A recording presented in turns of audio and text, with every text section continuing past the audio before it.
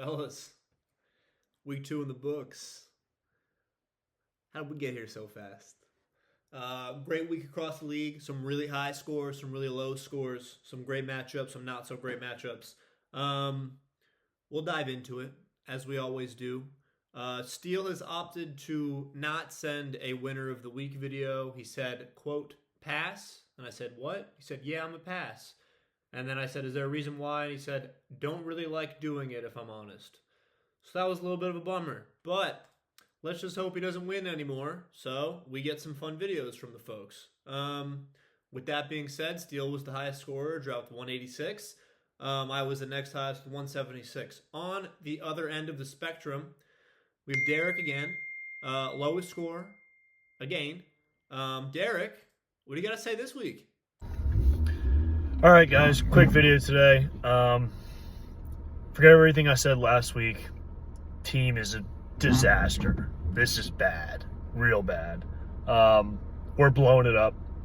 Send me trade requests. I'll send you guys some trade requests. We're gonna have a completely different team in 2 weeks. If you're not cutting it, you're out of here.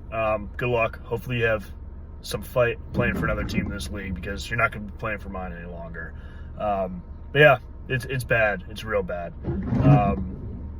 Congrats to Rory. At least you get some good juju after our terrible Steelers loss this week. But looking forward to week 3, hopefully with a win.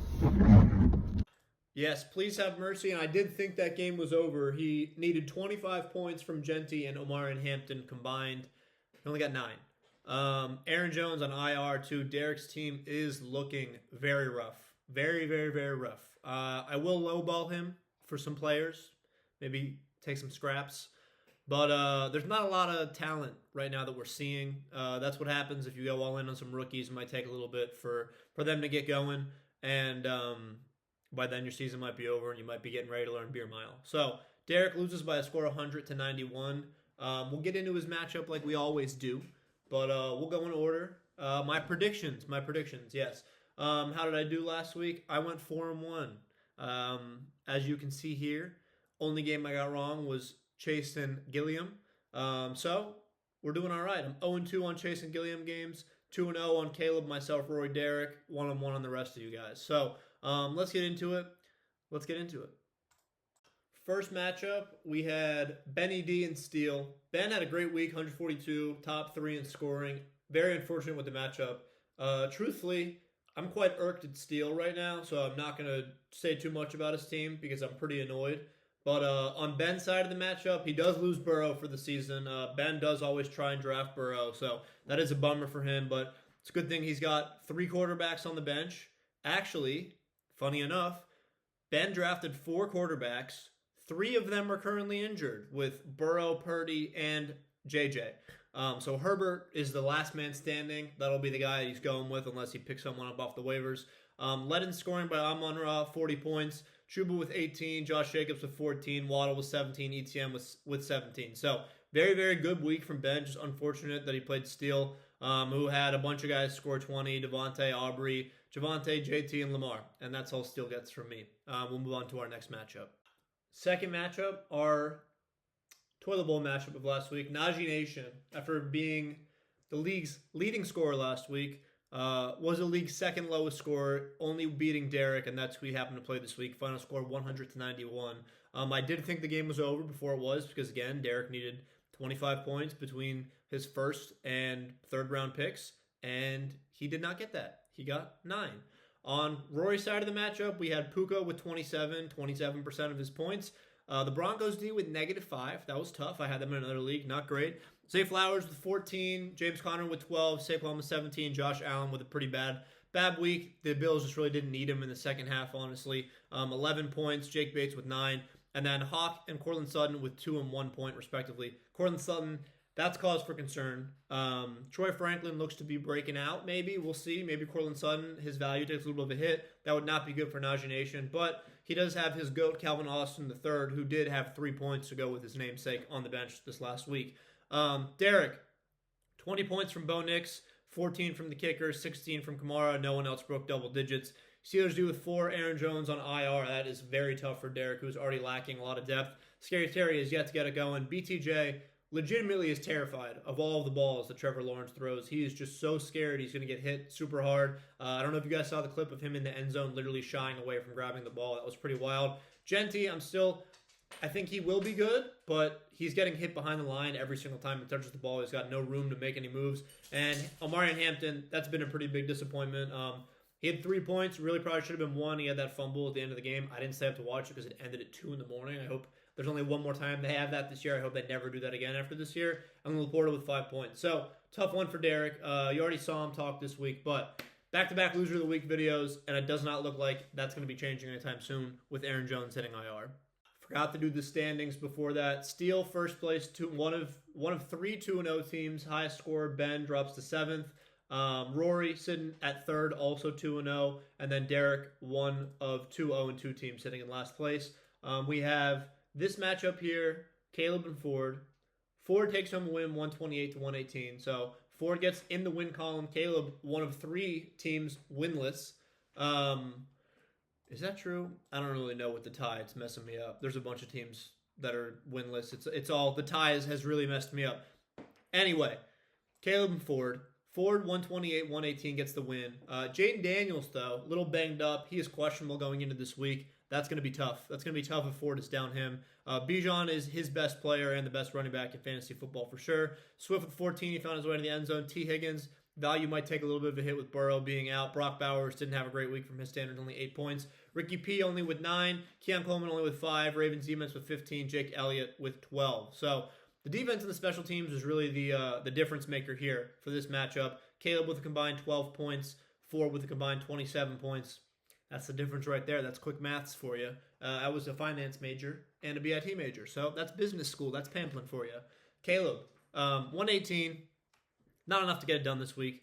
Lower middle of the pack in scoring, led by Mahomes with 22. A-Kane with 26. Jameer with 19. No one else broke double digits for him. Lad McConkey, I'd be a little scared if I was a Lad owner right now with Keenan Allen coming back. Keenan has taken Lad's role over from last year. Quentin Johnson looks to be their deep threat. Lad just seems to be relegated to the 3rd option. You took him in the 3rd round. That's not what you want. Kyle Pitts did find his way back in the starting lineup, which was good, was the right call. He had 7.7 to Ingram's 2.2. Cooper Kupp had a great game. I know I said he was washed. I still do think he's washed, but 16 points. That's a pretty good outing from him. If he plays Cooper Kupp over Marvin Harrison Jr., Caleb comes away with a win, but you weren't going to do that. I wasn't going to do that. No one was going to do that. So don't beat yourself up too much over it. And then Trevion Henderson, you guys know I'm a huge Patriots fan. It has been infuriating. I know we won this week, but watching Ramondre get all of the carries and the touches, we got to get him more involved. But I think it's going to be a little bit of some growing pains as a fantasy owner for Trevion Henderson. He's not going to be super involved in the offense as much as you want him where you drafted him till later in the season, and by then it might be too late. Tough one. And then DJ Moore, I don't know if I touched on him, but Rome Odunze looks to be the wide receiver 1 in Chicago, not DJ Moore. So Caleb's team is hurting a little bit. He's 0-2 to start. It's sitting in 8th place and 4-1-1 5th. Our 4th matchup and a blowout, but not the biggest blowout of this week with some other not close games. We had Chris taking home the win over Chase, 137-104, the only game I got wrong this week. Jamar really shut me up real quick. 36 points from him. Tucker Kraft with 24 on Thursday Night Football, and Rome Odunze with 31. I just mentioned him in Caleb's video, but Rome's been on fire to start. He's currently the wide receiver 4 on the year. Diggs has been slow to get it going. Drake May's spreading the ball a lot. So Diggs hasn't really taken over as wide receiver 1. He's just kind of getting everyone involved. A.J. Brown's been disappointing again, 1 point and 7 points. That's not really what you want. And then Breece Hall disappointed again. Obviously, Justin Fields only with 3 points. Didn't matter for Chris. He still was able to get a 33-point win. But Kyler will be back in the lineup for him next week with Fields already being ruled out in concussion protocol. And Juwan Johnson looked good on the bench too with 16 points. He played the wrong defense too. Gilliam left a lot of points on the bench. Seahawks defense was 16 over the Colts defense with 1. Could have been more 14 over 3. So he could have easily broken 150 here. Chase, not good. I said some nice things about his team, and they immediately were like, no, you were right the first time. Don't say nice things about my team. 104 points, 3rd lowest score this week. Jalen with 11. Derrick Henry only with 2 points after 30 last week. Nico Collins with 14. I just traded him away in my league. I drafted him in. I'm very concerned about the Texans offense. CJ Stroud has been ass since he tried to big broke Caleb Williams a few years ago. Kyron I'd be concerned about too. It looks like they're trying to get Blake Corum more involved. I don't think Kyron is especially very good, but his value is that he gets every single touch, and now that he has a split backfield, we'll see about that. Debo got a garbage time touchdown, Travis Kelce with 10, DK with 11, Tony Pollard with 9. So just not a great performance from Chase across the board. Chase drops to 1-1, 6th place. Gilliam 1-0-1, 0 losses on the year, is currently in 4th place. Finally, me and Sam, our last matchup from the week, 176 was not enough for winner of the week. Unfortunately, would have loved to have get it so I could make a video, unlike Steele, who did not, as I may have mentioned a few times. 176 to 132. Sam drops 132. That was enough to get it done against half the league, so a little unfortunate with this matchup this week. On my side, everyone played pretty well. My only player who didn't have double digits was the Niners defense, who had 5. Tyler Loop with 12, my kicker. James Cook, as Sam mentioned, just ran all over the Jets in the first half, just bounced off guys, couldn't be tackled. I'm really liking having both CeeDee Lamb and Malik Neighbors. That's been awesome so far. And honestly, the Jaylen Warren pick, I think, is saving me. I think I said at the beginning of the year, my running back room I was a little concerned about. But if Jaylen Warren's going to be a viable starter for me, a good flex option, that's huge for the program. And then Trey McBride hasn't scored yet, still got 14 points. We take it. On Sam's side of it, it did not look like he was going to have a very good week for most of it. And then Dak hit George Pickens in the end zone, which was a pretty big boost for him. Obviously, my boy Kayshon Boutte found the end zone, but it was his only catch of the game. Tyler Warren looked good. Drake London did not look good. Jacoby looked fine. And then Chad Ryan and the Cardinals defense both did pretty well from a defense special teams perspective. And CMC did CMC things with 22 points. That's pretty expected for him. His bench didn't really leave that many points on the bench. Kenneth Walker with 18. Probably should have started him over Drake London, but it wouldn't have mattered. Young Ho, he still has that roster spot, which is pretty funny. And then Rashee Rice still suspended. Hollywood Brown, 8 with 8 points on the bench. So, it's tough. 132, you normally get a win most weeks, but we had someone with 132 lose, we had someone with 142 lose, and then we had someone who scored 128 and 100 win. So that's fantasy football. It's a lucky game. That's the way it could crumble sometimes. So I move up to 2-0, one of 3 undefeated teams, 2nd place. Sam drops to 0-2, one of 2 0-2 teams in 9th place. All right, that was last week. It's over. In the past. Moving on to this week, week 3. Our first matchup should not take long for me to get into. Ford and Derek. Derek has not set his lineup, and he's been the loser of the week the last 2 weeks. We're only freaking 3 weeks in, and Derek's already just doing Derek stuff. So I thought maybe this year would be different, but it looks like we're back into our normal swing of things. Ford comes in as a 21-point favorite because Derek has not set his lineup. I'll go to Ford's side of it. Honestly, I think Ford is pretty lucky that he has Derek this week, because if Jaden Daniels misses time, he's got to go Daniel Jones, who honestly has been awesome, but still, you prefer Jaden over him. Bill, the new commies RB1, has gotten the lineup too. So we're really going a lot of commies here. Bijan, Swift, T. Higgins, who again takes a hit. Jerry Jeudy has not been great so far this year. Brock Bowers has been great. And then Cam Coleman, who had a really good first week, not a great last week. So Ford's team, outside of Bijan and Brock Bowers, is looking like a whole lot of just fine, is what I'll say. A whole lot of just fine. And I hope that doesn't offend you, sir, but I think if you did some introspection, you'd see I mean no harm, and I'm probably a little accurate. Derek's side of it, we've talked about it ad nauseum already. His team's looking real rough right now. He will plug Jameson Williams in for Aaron Jones, I'm assuming, because Aaron Jones is on the injured reserve. But he still will be a 9-point underdog here if that's the only change that he makes. He's got to hope that Quinshon Judkins, as the new Browns running back 1, turns into some production here. But maybe this is a testament that you don't draft 3 rookie running backs with Genty, Hampton, and Judkins. It's tough. And he drafted Chris Godwin too. So Derek, I don't think has ever started off hot in this league. I don't know why he thought, I'll take the injured guy and a bunch of rookies who need time to develop, and this year will be good. It's going to be Ford here, unfortunately. I would love to see Derek get an upset because that would be funny. But I do think it's going to be Ford. Bro, it recorded and then didn't save it again. What is going on with my computer? We got our second matchup, Chase and Ben. I just talked about it for 2.5 minutes. I'm going to do it again. Both these teams coming off losses. Chase about a 2-point favorite. Ben did make some roster moves. He hit the waiver wire, which I do love to see. Justin Herbert's found his way to the starting lineup. He's got Josh Jacobs against a stout Cleveland defense that just held Derrick Henry to 2 points. The rest of his team is pretty much unchanged from last week. I'm not super high on Jalen Waddle. Njoku hasn't been great. Garrett Wilson, we'll see, right? Tyrod Taylor, that's a hokey. Maybe he'll sling it this week. Amon-Ra obviously has been great, sitting as the wide receiver 3 so far this year. On Chase's side of the matchup, Jalen has yet to really get it going. Only QB 14 on the year. Derrick Henry, obviously great week 1, not great last week. Kyron we talked about. Nico I'm concerned about. DK we'll see about this week. If Christian Gonzalez plays, not good for DK, very good for the Patriots. If he doesn't play, the Patriots defense is pretty poopy. So that's going to be a big tell for Chase's week. Keenan Allen and Jordan Mason both find their way into the starting lineup. Debo and Devontae currently on the bench. We'll see. I'm sure he'll tweak this. He always likes to tweak his roster.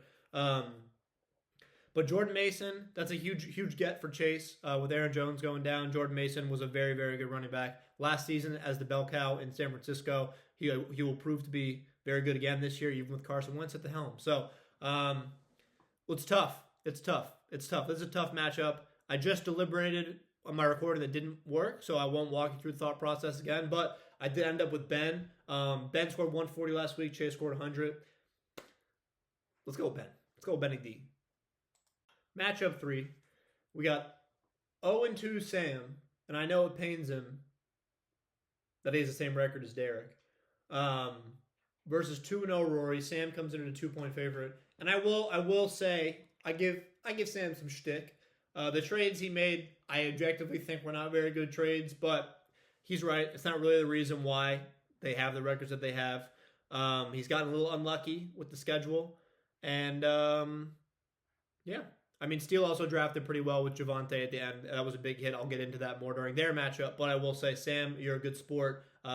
You're a much better 0-2 than Derek. So, Sam and Rory, 139 to 137 projection. We got the Dak, George Pickens stack back at it again. Kenneth Walker's found his way back into the starting lineup. Keyshawn Boutte has been benched.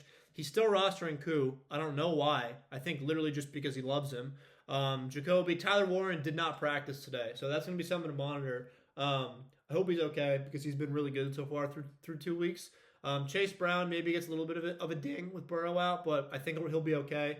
Browning looked fine without Burrow at the helm last week. They won the game. CMC's been fantastic. On Rory's side of the matchup, 2-0 somehow. Josh Allen, Saquon, Puka, Zay Flowers. Cortland Sutton still in the lineup after the 1-point week. It looks like Pittman has found his way in the lineup. I can't remember if he started him last week. I'm not sure if he did. But, interesting matchup here. I think this will be a high-scoring matchup. In theory, it should be. Rory's 2-0. Sam's 0-2. I don't want to say we're at must-win territory at the point of the year, but this feels like a must-win for Sam. If he starts 0-3, there's still another 3 games until Rashid comes back. You can't really go below 500 to start the year until you get probably your second best receiver back for your team. So Sam's going to talk to the fellas. I think he's going to get them fire up. I unfortunately am going to be picking Sam here. I know it's going to pain my dear friend Rory, Najee Nation's leader and captain, but he takes it seriously. He'll talk him up. This is going to be bulletin board material for Najee Nation. Matchup 4. Chris and Caleb, 138 to 129. So Chris comes in at about a 9-point favorite. Kyler has found his way to the starting lineup with Fields being out with the concussion. Bucky against the Jets. Bucky's looked great. So he's got a running back matchup. Bucky and Brees playing against each other. That's pretty fun. Jamar, A.J. Brown, Tucker Kraft, Adunze, and Ramondre has found his way into the starting lineup in favor of Stephon Diggs from last week. So I think that makes sense. Ramondre is right now the running back 1. He's been playing much better from a fantasy perspective than Diggs has. Maybe he subs him out for Wan'Dale Robinson, who's currently the wide receiver 9 on the year somehow. But we'll see, right? I mean, Wan'Dale, what did he have last week? He had 28, so he's a PPR merchant. Russ has been airing it out even if they still lose. That's good for fantasy receivers. On Caleb's side, we got Mahomes, Gibbs, A-Kane, Lad McConkey, DJ Moore, Pitts, Trevion Henderson still in the lineup. Marvin Harrison, so we have a Patriots running back off, which is pretty exciting. Marvin Harrison Jr. Texans defense going up against Jacksonville, and then Dicker the kicker. So I mean, I see why Chris is the 9-point favorite here. You got to hope for more from your fourth round pick if you're Caleb. I know I said I was going to take him in the fourth round, and honestly, right now, I'm glad I didn't. I'm glad that I took Trey McBride instead. But Caleb's team is 0-2, and it's not looking great right now. I think this is a tough matchup coming against Chris, who just dropped 130 with his QB and defense combining for 4 points. Seahawks defense against New Orleans, I think, is a really good play this week. And even though A.J. Brown has not got it going yet, I think the rest of his team has got it going. So I will be picking Chris here. Unfortunately, I'd love for Caleb to get in the win, but I think he needs to get his first win against maybe a Derek type player first. Our last matchup, the undefeated Jared squaring off. And I wish I wasn't so annoyed with Steele because this is a really exciting matchup. We're both 2-0. We're both named Jared. And we both are the only teams projected for over 150 points. The next closest is Sam with 139 points. We both just have a lot of depth this year. Our late round picks looks like they're hitting so far, and I was able to get Quentin Johnson off the waivers. So I know we were giving Sam a hard time for trading Steele, all of his good players. Steele had a pretty good draft. JSN in the third round, Javonte Williams in like the 10th round, JT in the second round, Lamar in like the third or fourth, and then Egbuka, who was the trade from Steele. He's been really good so far too. So we'll do Steele side first. Lamar, JT, Javonte, we just talked about all these players are really good. Packers defense, they're the defense 5 on the year, but they look like the best defense in the league for sure. The Packers look like a wagon right now. They look like probably the Super Bowl favorites if I had to pick right now. And then Brandon Aubrey is just basically a running back at the kicker. He's averaging 18 points a game. So that's just ridiculous. On my side of the matchup, Baker, who you guys know I love, James Cook, the RB1. Y'all roasted me. I saw the looks of the draft when I took him as my RB1, but he's currently the RB1. Jalen Warren, Rory, thank you again for drafting Caleb Johnson 2 picks before him. He's been a savior for me. Currently the running back 13 on the year. CD and Malik Neighbors, I love having those two guys. Trey McBride's been good. Mike Evans, he'll get it going. He'll find the end zone. And then right now I have Quentin Johnson in. Might plug in David Montgomery, might plug in Juwan Jennings. I'm not really sure yet. Falcons defense I picked up, played against Bryce Young, who really likes turning the ball over. Sorry, Ben. And then Tyler Loop, the Ravens kicker. So I'm pumped for this matchup. I think Jared's going to win for sure. Definitely a Jared here. I'm going to write Jared down, and we'll go from there. But I am picking myself probably because I'm very annoyed still. But it's going to be a good matchup. Unfortunate the two teams both projected for 150 have to play each other this week, but we got to play each other sometime. So after this week, we're guaranteed, unless we tie, to have another team that's undefeated. Rory's undefeated season on the line. But other than that, appreciate you all for watching. Derek, appreciate you for sending in the video. Love to get the chat going. Get some trades sent out there. Maybe not to Steele anymore. Maybe Sam, you send some trades my way. Derek, maybe you look to rebuild and set your lineup. But other than that, good luck, everyone. Have a great week. Go Pats.